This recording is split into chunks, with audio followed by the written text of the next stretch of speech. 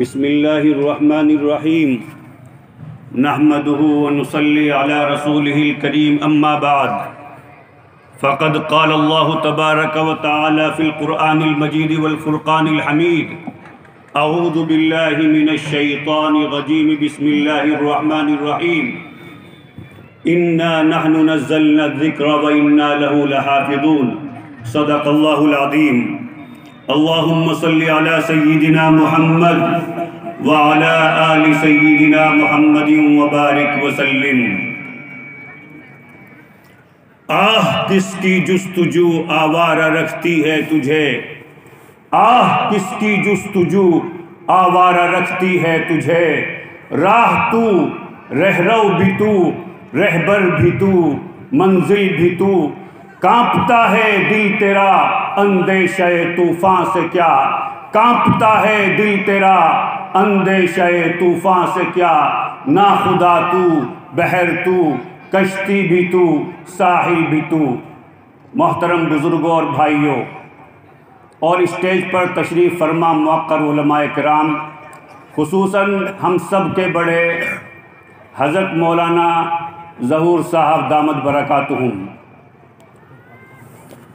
محترم بزرگوں اور بھائیوں، وقت بہت مختصر ہے، مجھے صرف 10 منٹ کے لیے بولنا ہے، اس لیے میری آپ تمام لوگوں سے گزارش ہے کہ ذرا دھیان اور توجہ کے ساتھ میری بات سنیں۔ جو آیت میں نے آپ لوگوں کے سامنے پڑھی، اس میں اللہ تبارک و تعالی یہ ارشاد فرماتے ہیں انا نحن نزلنا الذکر وانا لہ لحافظون، کہ ہم نے قرآن کریم کو نازل کیا ہے اور ہم ہی اس کی حفاظت کرنے والے ہیں۔ چنانچہ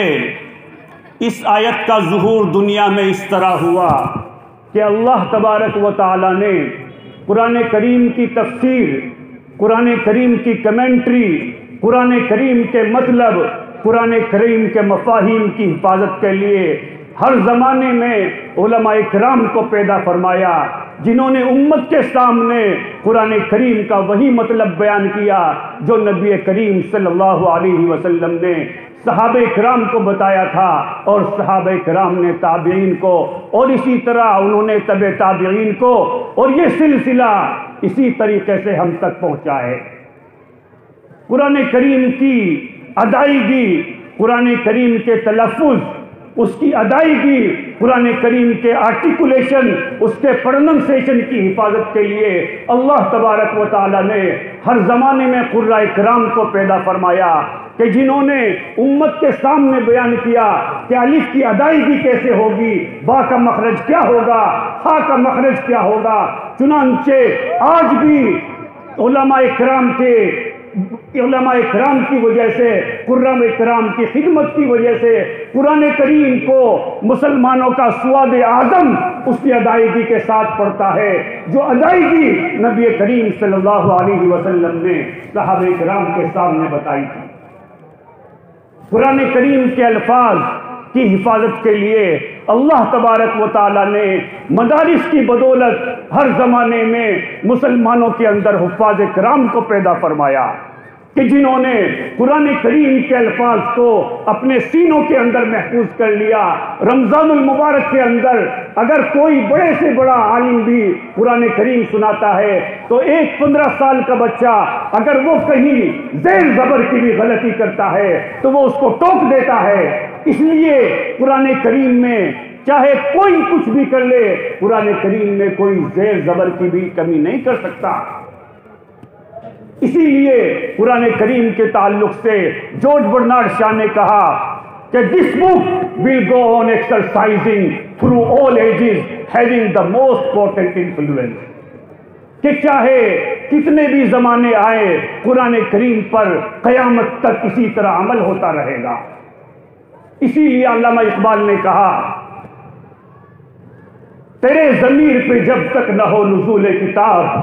تیرے ضمیر پہ جب تک نہ ہو نزول کتاب، گرا کشا ہے نہ راضی نہ صاحب کشاف۔ میرے محترم بھائیوں، ایسا نہیں ہے کہ قرآن کریم کو مٹانے کی کوشش نہیں کی گئی، صدیوں سے قرآن کریم کو مٹانے کے لیے لوگوں نے بہت کوششیں کی، اور ان کے دماغ میں یہ آیا کہ مسلمان جو دنیا میں موجود ہیں وہ قرآن کریم کی وجہ سے ہیں، اگر قرآن کریم کو دنیا سے ختم کر دیا جائے تو مسلمان بھی برباد ہو جائیں گے۔ چنانچہ رشیا کے اندر جب انقلاب آیا اور اللہ تبارک و تعالیٰ نے رشیا کے اتنے ٹکڑے کیے کہ شاید اتنے ٹکڑے کسی تاریخ میں کسی ملک کے نہیں ہوں گے، تو رشیا میں جب انقلاب آیا تھا تو انہوں نے وہاں چن چن کر کے مسلمانوں کو ختم کیا تھا۔ وہ گھر میں جاتے تھے اور بچوں سے پوچھتے تھے کہ تمہارے یہاں کوئی نماز پڑھنے والا تو نہیں؟ وہ ان کے سامنے نماز پڑھ کر کے بظاہر دکھاتے تھے۔ بچہ تو معصوم ہوتا ہے، بچہ انوسینٹ ہوتا ہے، وہ بتا دیتا تھا کہ ہاں میری ماں ایسا کرتی ہے، میرا باپ ایسا کرتا ہے، تو وہ سارے گھر والوں کو ذبح کر دیتے تھے، اور انہوں نے قرآن کریم کے نسخوں کو دریا برد کر دیا، جلا دیا۔ کوئی بھی قرآن کریم کا نسخہ جو ہے ہمیں باقی نہیں رہا،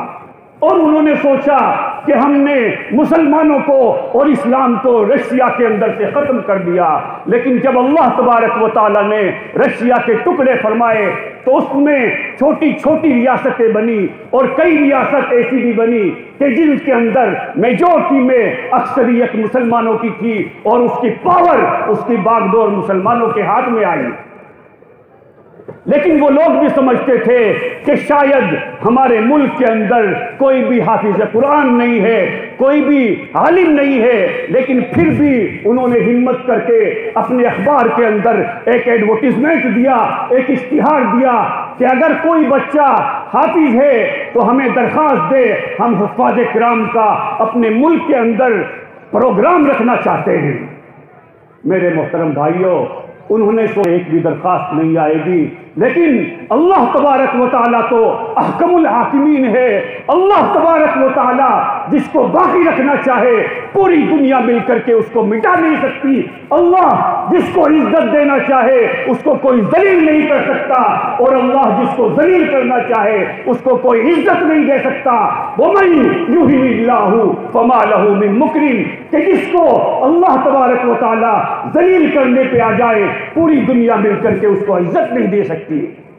بجھ نہیں سکتا کسی آندھی سے قرآن کا چراغ، بجھ نہیں سکتا کسی آندھی سے قرآن کا چراغ۔ آندھیوں خود آزما لو، سامنے میدان ہے۔ چنانچہ انہوں نے بھی سوچا تھا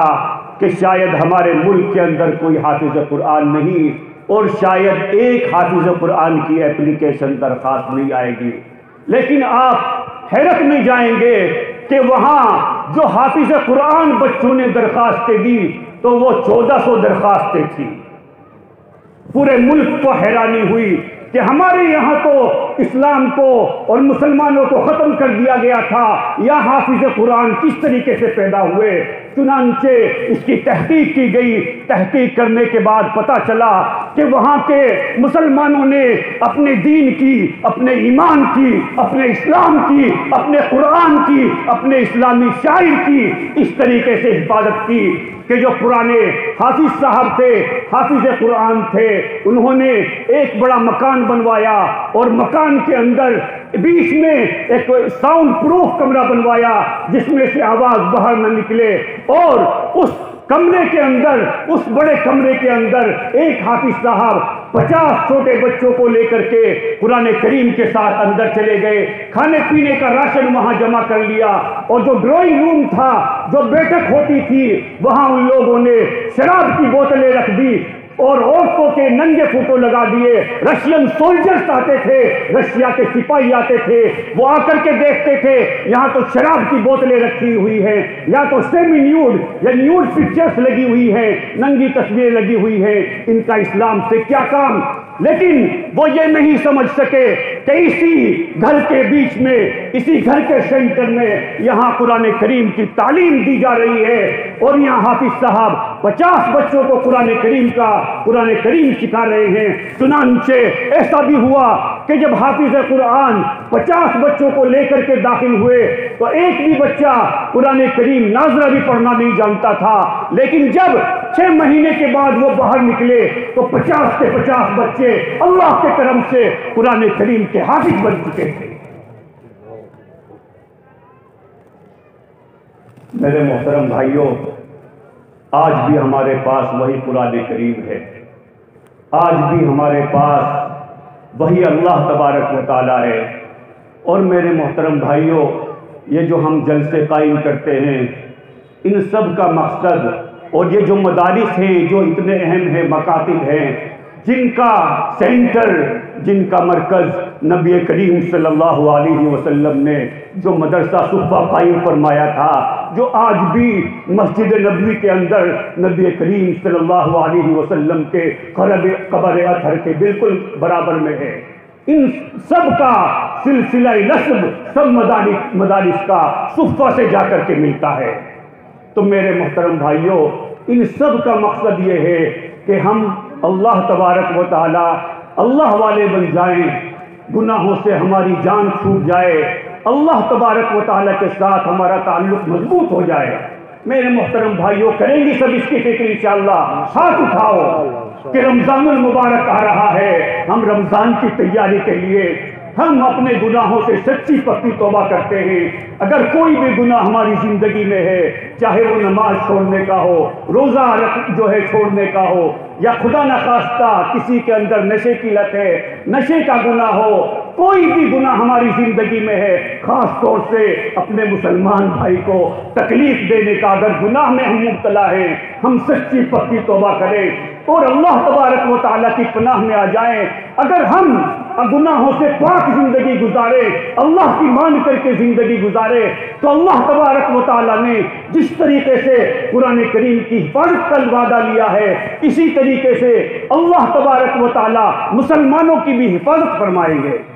اور میرے محترم بھائیوں، مجھے پتا چلا ہے کہ کچھ بچوں کا اس مدرسے میں قرآن کریم حفظ ہوا ہے۔ میرے محترم بھائیوں، حافظ قرآن کی شان اللہ کی نگاہ میں اتنی بڑی ہے کہ کل قیامت کا دن ہوگا، سارے اولین و آخرین کا اجتماع ہوگا، تو حافظ قرآن کو اللہ تبارک و تعالی وہ جو ہے سونے کا وہ تاج پہنائیں گے کہ جس کی روشنی سورج سے بھی زیادہ ہوگی۔ سب لوگ تمنا کریں گے کہ کاش ہم نے بھی اپنے بچوں کو مدرسے میں بھیجا ہوتا اور ہم نے بھی اپنے بچوں کو حافظ قرآن بنایا ہوتا۔ دعا فرمائیں کہ اللہ تبارک و تعالی مجھے بھی اور آپ کو بھی قرآن سے محبت کرنے کی توفیق عطا فرمائے، قرآن پر عمل کرنے کی توفیق عطا فرمائے، صبح شام قرآن کریم کی تلاوت کی توفیق عطا فرمائے۔ اور ابھی مجھے اطلاع ملی ہے کہ ہندوستان کے اندر امیر شریعت آل انڈیا مسلم پرسنل لا کے جنرل سیکریٹری حضرت مولانا